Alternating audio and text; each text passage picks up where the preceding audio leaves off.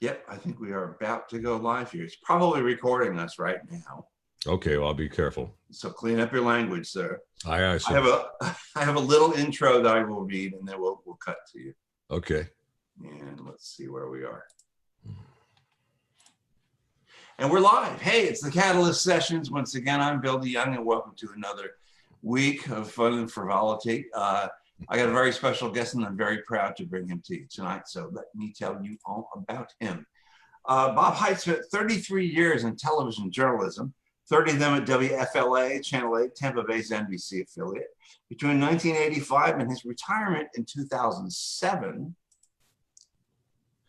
he was the evening news anchor, and quite probably right there in your living room every weekday at 6 and 11. And Bob is a master communicator. I got to tell you this, his career on TV has been full of amazing adventures.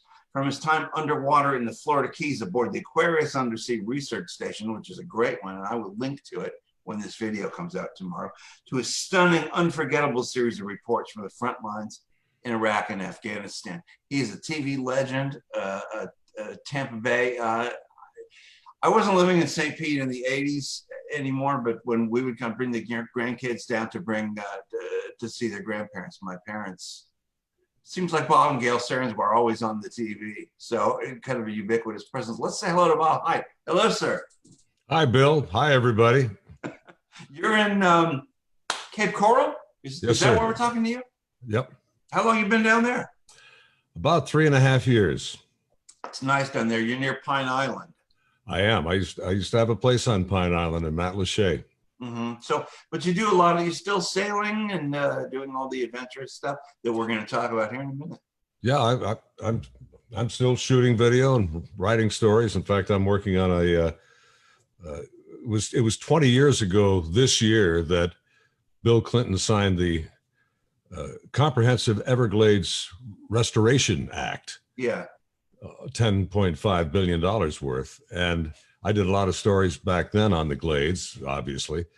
And I want to revisit that and see how far we've come. It was supposed to be completed in about 20 years. Now the price tag's gone up to 16+ billion.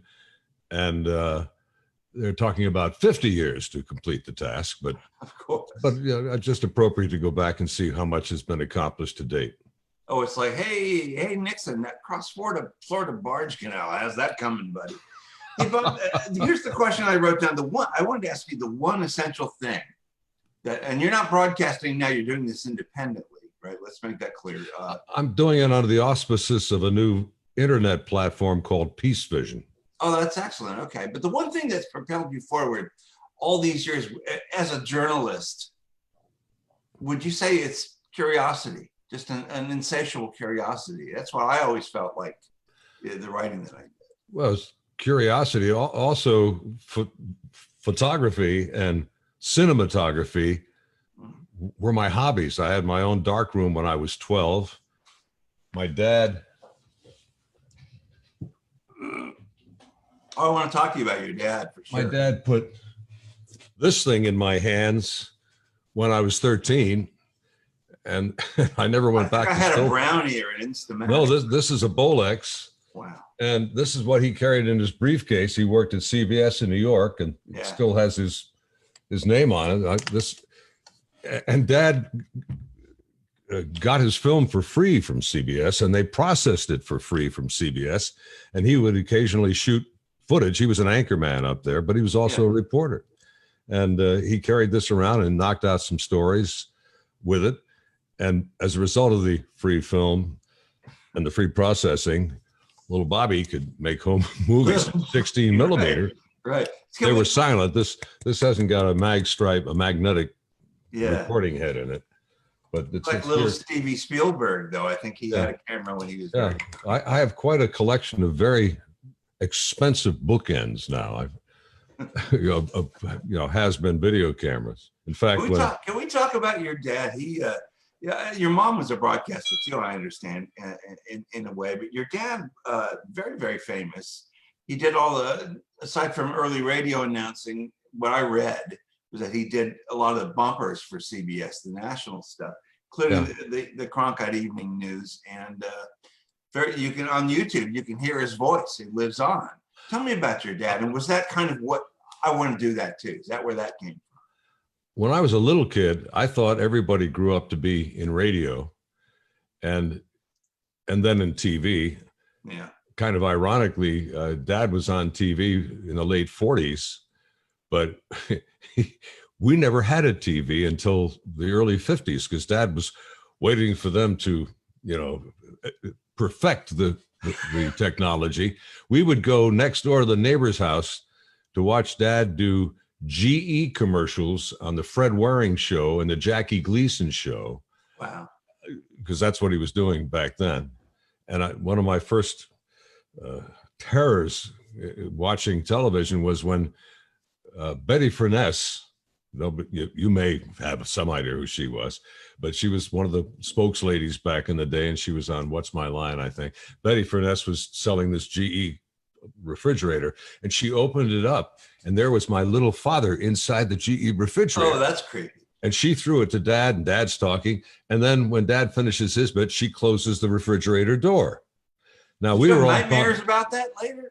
We were all taught in elementary school, never climb into an empty refrigerator, And I got hysterical. And I had a great dislike for Betty Furness for a while until my mother explained to me it was just TV. Well, as long as you didn't turn up in your refrigerator, that would be strange. You were in the Merchant Marines. No, I am a Merchant Marine because I have a 100-ton Coast Guard license, but okay. I was in the United States Marine Corps. Were you a photojournalist in the Marines? Yeah, my dad and that helped launch my career. When I got out of the Marine Corps, I knew how to make movies. Yeah. And I mean, I'd started as a kid with this little camera, but I learned under veteran Marine Corps combat correspondents and photographers. And because I idolized the craft, they were very happy to take the time to teach me as much as they could in the 2 years I was there. So when you left the service, you went into broadcasting, and this kind of the follow up. I mean, was that my first job out of the Marines? Was at a radio station in WKFD in Wickford, Rhode Island, and it was owned by Lou Adler, who was the news director at WCBS News Radio 88, and a guy named Ron Hickman. They partners. And Dad, I would send my audition tape, well, not my audition tapes, the tapes that I did in the Marines, to Dad, and he played them for his buddies at CBS and got me a job at WKFD. And when I got out of the Marines, I was on a Triumph Trophy motorcycle, 650 cc's. That's all I had in a sea bag. And I went to WKFD, and they were supposed to have found a place for me to live up there. Yeah. I was down to about $300 after I got out of the Corps. And it turns out they started looking for a place for me to live on the air, advertising it the morning that I arrived. So I ended up living on the couch there for a brief period of time. And when I got my first paycheck was far less than what they had promised me. I summarily quit, went back and got a job at my hometown radio station, where my take home was in fact $150 a week, unlike what I got at WKFD. Well, it was 77 when you came down here. I believe you were at a station in Philadelphia, and you had some Florida in your background. I mean, your family it wasn't totally an Florida. You tell me about that. Well, it was in my blood. My grandparents homesteaded Manasota Key. They were one of the early residents of the south end of Manasota Key in Englewood on Lemon Bay. They had a beautiful little cement block house on Lemon Bay. I lived there briefly for a while. Yeah. And every winter, my mother would take me out of school for a month with all my assignments and everything. And we'd get on the Silver Meteor train, the sleeper coach. God, I used to love traveling on those things. And we'd go down and visit Grandma and Grandpa in Englewood. And my grandpa was a ham radio operator, W4ZVD.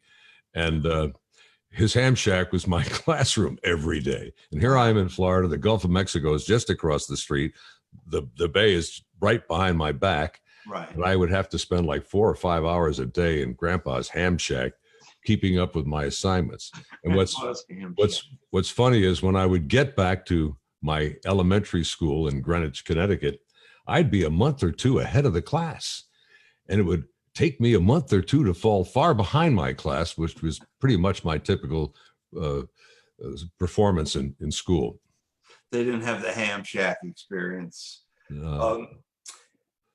When you audition, I guess you sent a tape, and when you got hired at WFLA, so I can imagine this is going to combine going to Florida, which you knew and loved. It's going to combine not only your vocation and your talent for doing what you do, but your cinematography skills, your love of sailing.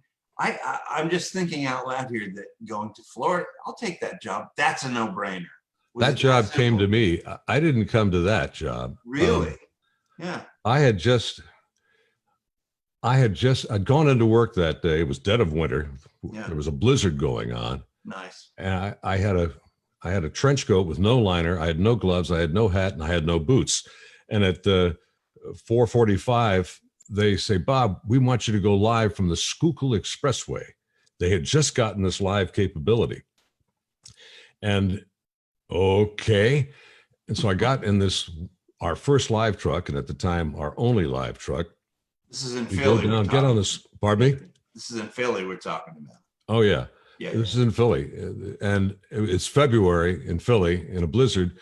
And there was a Schuylkill Expressway was built back in the 30s. And it's got 2 lanes one way, concrete in the middle, 2 lanes going the other way. And right at the bottom of the road that my TV station is on, it spreads out, and there's a little green grassy park there. And we parked in the grass in between the cars going that way and the cars coming this way.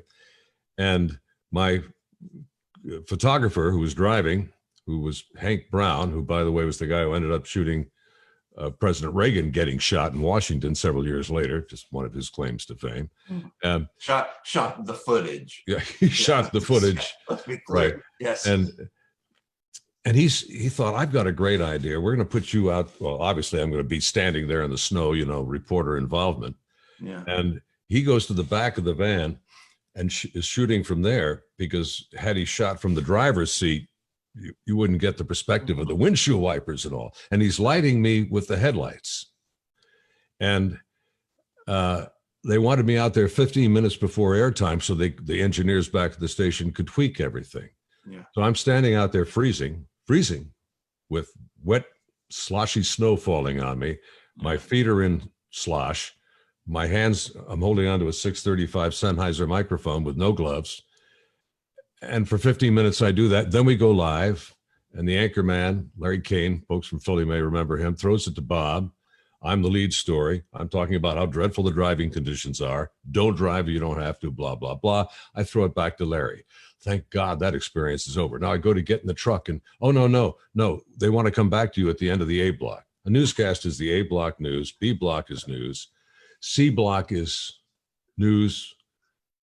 I've been out of the business so long, I forgot. Sports, D block weather. Is weather, Yeah. or C block is weather, and D block is sports. Yeah. And then they come back to you for the end of the show, the kicker, usually an uplifting, enlightening, a happy story. Yeah. And no, they want to come back to you to tease the B block. So they do. So anyway, I have to get in and out of this van. And in a period of 45 minutes, I spend about 35 minutes out in those conditions. Okay, show's over, go back to the station. I get out, I start up the heater in my little Toyota station wagon, go into the station to warm up, and the phone rings. Hello, Bob Hite? Yes, my name's Joe Main. I'm a news director in Tampa. Would you be interested in working in Florida? Yes. My mind flashes to my recent experience. My mind flashes to the Kinship, my boat, which is now down in the Chesapeake with 19 inches of ice encroaching upon it. And my family's down there. My mom and dad have retired down there. I have 2 sisters down there. And I could envision having my boat in my backyard instead of a 2.5-hour drive away in the Chesapeake Bay. And no brainer. And the guy said, really? When can you get here? And I said, oh, probably not until around June. Now, mind you, it's February. Yeah. what do you mean around June? I said, well, you see, my boat's got 19 inches of ice encroaching upon it. And the only reason why I would leave this job in the fourth market, where they've just offered me a new newscast of my own, Right. to go to your market, the 18th market, for much less money, is my life pretty much revolves around this wooden boat. And so long as I can do my hobby, which is what I do for a living, I don't care about the money so much as my lifestyle. And did they agree to that? See you in Pardon June. He'd agreed to that. We'll see you in June. Oh yeah. You sailed down. You sailed down from all the way down the seaboard. I did, and with that Bolex, we were still shooting film in those days. And with that Bolex, I shot footage of our voyage, and every now and then we would put in to some port of call along the way, put the film, take the film to a Greyhound bus station. They would send it to Channel 8, where they would process it, and I had notes in the package, and they would say, okay, here's what our new anchorman who's on his way here's how he's getting here. Boy, the big buildup. Yeah. Well, what a great way to promote the new guy who's coming to the station. And not just an anchorman, but an anchorman who had a 75-pound kedge, a 150-pound kedge, a 35-pound high tensile Danforth. I'm talking anchors that I come with, real anchors. Yeah. The anchor, our anchors are coming. Yeah, right. So let me follow with that though, because what I come to understand is that it was like when the bounty came, there was people there to greet you, and flags and parades and marching bands, and here's our new guy.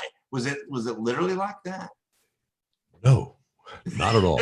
I thought it was. Well, what it was when I got to my dock. Yeah. First of all, I'd never seen my house. My wife, Patty, had found the house on the water in Apollo Beach with our new baby boy. And she'd had a friend sound the channel coming in there to be sure that there was enough water for me to get the kinship, which drew 6 feet into the place. And we just barely made it over the hump. But in any case, we got there, and I'm coming up to the dock, and the dock is two PVC pilings holding a little floating thing. And there at the back of the house is photographer Bob South and some really cute gal named Gail Serens to cover my arrival. It was Bob and Gail. Okay. And my wife and baby and some other friends from the neighborhood.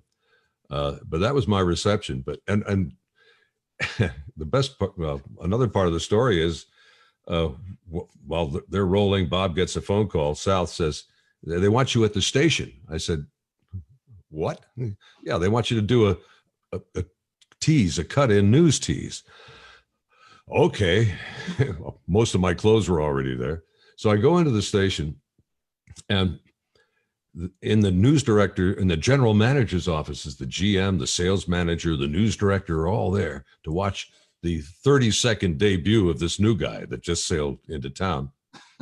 And in the studio, there's, an on-air light, and there's a rehearsal light, and there's a monitor over here, and I'm all set to go. And I see the rehearsal light come on, but I see myself on the monitor. So Bill, I look right into the lens of the camera and say, why do I see myself on TV? There's a rehearsal light on. Well, years ago, at some point, the rehearsal light and the on-air light got twisted, the wires. And everybody knew when it said rehearsal, it was on air. And when it was on air, it was rehearsal. Oh, but nobody told the new guy. Yeah. So can you imagine the reaction of when this big time guy from Philadelphia, Fourth Market, comes down and goes, why do I see myself on TV? Can we cancel his contract? Is it too late? They didn't have contracts at Channel 8 in those days. Oh, yeah?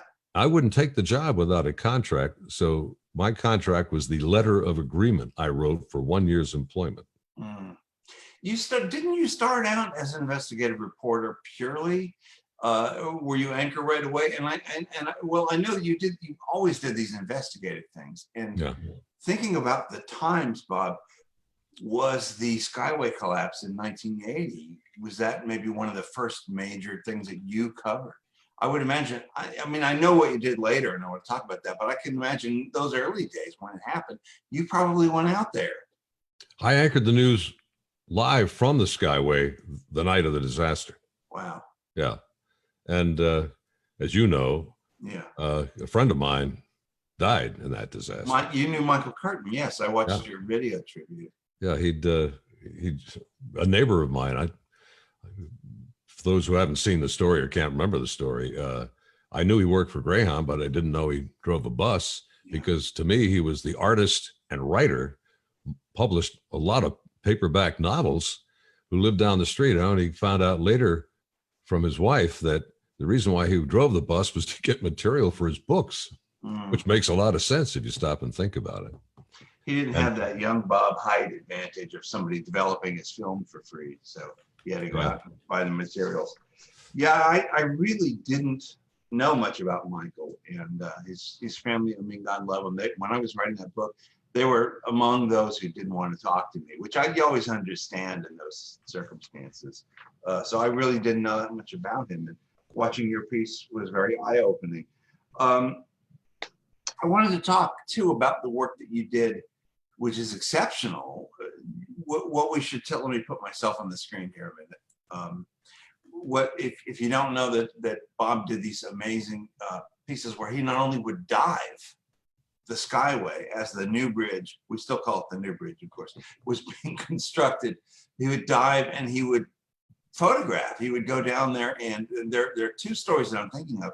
One is the one where you discovered the cracks in the main piers of the new bridge, which correct me if I'm wrong, but resulted in DOT making some, you brought it on the air and sort of said, look what I found. This is kind of messed up. And they made some changes, didn't they? It resulted in the construction being shut down. It resulted in a congressional investigation. It resulted in MIT backing up my findings because nobody could believe that this was going, that there were cracks in the main piers holding up the Skyway bridge. Yeah. And the problem with that is you got salt water coming to these two, kind of look like inverted breakfast cereal bowls, but enormous with 8-foot thick walls. But if you have cracks in those walls and you got salt water going through those cracks, we know what else is in concrete: rebar, steel rebar. Yeah. And granted, it was epoxy coated with guys with mops, but there were a lot of breaches in that epoxy. And if you've got corrosion going on in rebar, that rebar is going to grow and blow the concrete off. And as one of the PhDs at USF says in the piece, I said, well, what happens then? And he says, well, the bridge falls down. And, so we have you to thank. And I have no idea what the status of that structure is today, because once the salt water's in there, there's not much you can do. They allegedly epoxy coated the exterior to stop the salt water flowing, but let's hope they did. Can we talk about your piece called Passage to Panama, which, I had the piece that I wrote about the history of the bounty in St. Petersburg today, and I watched Passage to Panama. You took the trip through the Caribbean and across the Gulf of Mexico to Panama, obviously to Panama, to the entrance to the canal, and went through the canal. It's fascinating stuff. And again, folks, if you're watching this later, I will link to these pieces of Bob's. That must have been great. You love the bounty, and you can tell. Yeah, that was the highlight, to this day, my favorite assignment of all time, because I grew up on boats and on sailboats, and I cherished every time I got to be on a tall ship. With the ratlins, you could climb the rigging. And in fact, one summer when I was going to summer camp at Tabor Academy in Marion, Massachusetts, they had a boat called the Tabor Boy, which had a square sail on it. And I wore out 2 pair of sneakers sliding down the shrouds that hold the masts up. Did you do that when you were on the bounty too, wearing out your sneakers? I didn't slide down the shrouds, but I climbed up. All the footage you see in that documentary from up in the rigging, and out on the jib boom, which is the piece of wood that extends from the bowsprit, some 30 feet from the stem of the ship, the bow of the ship. that was all my footage. It is a great piece of filmmaking, and it was 1982 or 83, if I'm not mistaken. 82. It holds up now. The sort of spirit of adventure. It's actually, it's informative, and it's also a lot of fun. And it must be interesting for those who were crewing in those days to maybe their families to look at that now. It was a fabulous experience. My partner, John Bafar, and I on that voyage would sit outside the bulwarks, which is basically the wall that comes up from the deck. And on a square rigger, you've got the shrouds coming down, and to give them more leverage, they have these protrusions that extend from the side of the ship. They're called bulwarks, or they're called the channels. Yeah. And you could sit outside the wall, the bulwarks, with the dead eyes that hold the shroud lines, here, having your beverage. Right. And watch the the moon rise over the Gulf of Mexico, or the sunset over the Gulf of Mexico, as men and some women, I suppose, had done for hundreds of years. Yeah. On a tall ship, and I get goosebumps just thinking about it. Wow. Yeah. Listen, I can't go too much further without talking about, as I said in the intro, all those years that you spent at the anchor desk at WFLA, where you were.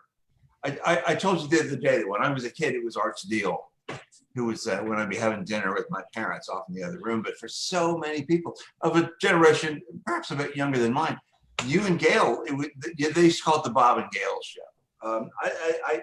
I wondered what your favorite memories of those years are, because you and Gail were out there together a long productive time. Well, all my memories of those years are favorite memories. First of all, telling stories with moving pictures was my hobby. Yeah. But you can't grow up in the Hite family and not have a lot of ham in you. And so anchoring the news, while it's a serious job, that also satisfied the ham in me. And then the motion picture satisfied the creative guy in me. And working with Gail was... there she is now. Am likely. I'm sorry. As a professional, one would think I'd turn off my cell phone. Yeah. I didn't want to say anything. Yeah, let me turn it off now. Goodbye. Working with Gail was just a joy. Yeah. And in fact, I was talking to her about a week ago, and we were reminiscing, and we were talking about her marriage, and I said, and I was at her wedding, and then at the after party, or whatever you call it, the reception, and I said, Gail, I wasn't crying out of happiness for you. I was crying out of sorrow for me because Mike had got you. Oh, boy. You had a secret crush on her all those years. Of course. Who didn't? Who didn't? I did. Hi, Gail. Love you. Right. But, you were, it's that whole most trusted man in news thing, and I don't want to, I know your family knew the Cronkites, and I don't want to, I don't want to make comparisons, but there is some truth to that. If you're the local anchor man, people look to you every day to say, okay, what's going on? It was a different era. Now, you kids, probably you younger kids don't remember that the local news was the thing, and Bob was the guy. You took that responsibility seriously, didn't you? Oh, well, absolutely. My dad drove into my head, one thing you must be as a reporter is objective. Yeah. Regardless of your political persuasion, you must be objective. Now, 95% of the people on alleged newscasts, there's no objectivity. There's very few newscasts that are straight news. But what we did locally, and what every station, I think, in Tampa Bay and probably pretty much throughout the country does locally, is objectivity is the master. Wow. I've never seen a local newscast where you could say, well, that's slanted to the left or slanted to the right, like Fox or CNN or MSNBC or what have you. Oh, sure. So, we can talk about this all night. Yeah. Yeah. My first, my first master was objectivity. And then thereafter, I knew how important local news is to people. And those who don't watch local news do not have the opportunity to really contribute to their community, to participate in the community today and the community what it's going to be tomorrow. And I wish, it takes a half an hour to watch a local newscast, and everybody should. I don't know which choir I'm preaching to. I know that a lot of folks are, well, this is exclusively on the internet, and a lot of people these days get their news from the internet. Well, there's no sense. I think what you're saying, and if I may, it added to the sense of community. These are our news people telling us our stories, stories. It's all much more. The globe is smaller now, mm-hmm. And there is no sense of this is St. Pete, this is Tampa Bay, this is Tampa, this is St. Pete, Clearwater. This is what's happening here now. It's all happening on a global level. Yeah, the world's gotten so much smaller now with the advent. Years and years ago, PBS, WEDU, it was WEDU, came around and interviewed myself and all the anchors at all the stations in town. And everybody was expressing concern about the advent of cable news, how it was going to water down the industry. And I was the only one who said, hey, all the more places for me to work, because it used to be 3 TV stations in town that had a newscast, maybe 4 if TOG was 44 was doing a newscast. Yeah. But now suddenly there were thousands of places to be able to do what I did for a living. So I thought that was a good thing. I can't say as I'm too pleased with how these newscasts at these various stations have evolved. Cronkite was famed for his objectivity. Yeah. Some people question his comment when he came back from Vietnam after the Tet Offensive, but he was that was how the perception was about our involvement in Vietnam. And that's the only time he really expressed an opinion, I think, in his entire career. Yeah. Other than when he was in a foxhole over in Germany during World War II and expressed an opinion about all the bullets that were coming his way. Right. Well, we're actually at the end, but I'd like to kind of carry that into the end by saying you retired in 2007. Was it like not a moment too soon? It's getting to or regrets. How do you feel about it these days?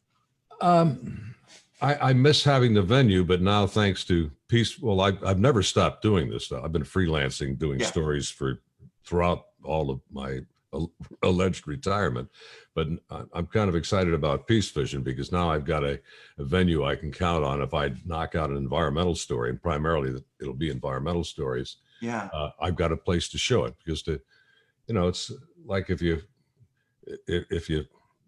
weave a hat and you have no head to put it on, what's the sense in weaving a hat? Well, what's this? It's kind of anticlimactic to go out and put all the effort it takes into shooting a story and researching and all that, and not have a place to show it, people to see. When I started with the St. Pete Catalyst, I'd been a journalist for 35 years and kind of stopped doing it because the whole situation had changed, and now I have this, and we're copacetic. Bill, if that's what you want to do, we value it, and I love that. It's nice to have an outlet. Tell me what that place is called where your stuff is appearing now. You just told me. Peace Vision. It's peacevision.com. Okay. I'm pretty sure is the website. And the guy behind it, John Bafar, was my intern at Channel 8 in 1977. Wow. That's we've gone on assignments. He was with me on The Bounty. We've gone on assignments. That's where I know that name. Sure. Yeah, we've gone on assignments all over the world together ever since. His first job after interning and graduating from USF was to go to Wink TV down here in the Fort Myers market. Mm-hmm. And even though he was working for a CBS station, and I'm working at an NBC station, The Bounty and other stories we went on together, we would go together, we would take our film and then transfer it to video. He'd have his raw footage and the video to work from. I have mine. And it, we were able to be more productive because we had 2 cameramen that way. And we were sharing the costs of the production as well. And here I am, he's launched Peace Vision, and he's given me a permanent position to show my wares, so to speak. So you don't miss the sort of local news beat and I imagine you still have a lot of friends up here in Tampa, St. Pete. Well, when I first was coming back from my ranch in Colorado, I thought I'd come back to Tampa Bay and Apollo Beach, but the reason simply because I wanted to be on the water. Yeah. But then I realized I had Long John, that's his nickname. He's 6'8", John Before. Long John, his production company is down here in Fort Myers, and I knew I would be working hand in glove with him much more so than before. Oh, yeah. So that's why I came down here, not to mention the fact that the house I'm living in here was 25% less expensive than it would have been up in Tampa Bay. That's the realities of life in Tampa Bay. We are just at the end, but I want to ask you. Kinship Productions is your company, and you have a website which is kinshipproductions.com. Right. KINSHIP. Kinship, which is the name of your boat. You still have Kinship? No, Kinship was stolen and wrecked in 1991. I had her for 23 years. Wow. It's probably the only time you've ever seen a eulogy on TV for a boat. I'll send it to you. Oh yeah, I'd like to see that. Our guest tonight has been Bob Hite, 30 years with WFLA, and one of the most respected people in local news and area news, and a great cinematographer. And we will put all kinds of links in this video when you next see it. The YouTube version will come out tomorrow. The other one will be out tonight. Tomorrow on the Catalyst Sessions, John Collins of the St. Petersburg Arts Alliance. Good old John. And I want to just say thank you again, Bob Hite. This has been a real pleasure. I'm glad we were able to do this. Thank you, Bill, and I'm looking forward to getting to know you better. Yeah, buddy. Next time you're in town, you know how to find me. I do indeed. Well, my best to John. I remember John being so tall from Passage to Panama with his feet sticking off the end of the beds. Right. Well, like I used to say on Channel 8, smooth sailing, Bill. Good night, my friend. Take care. Aye, good night.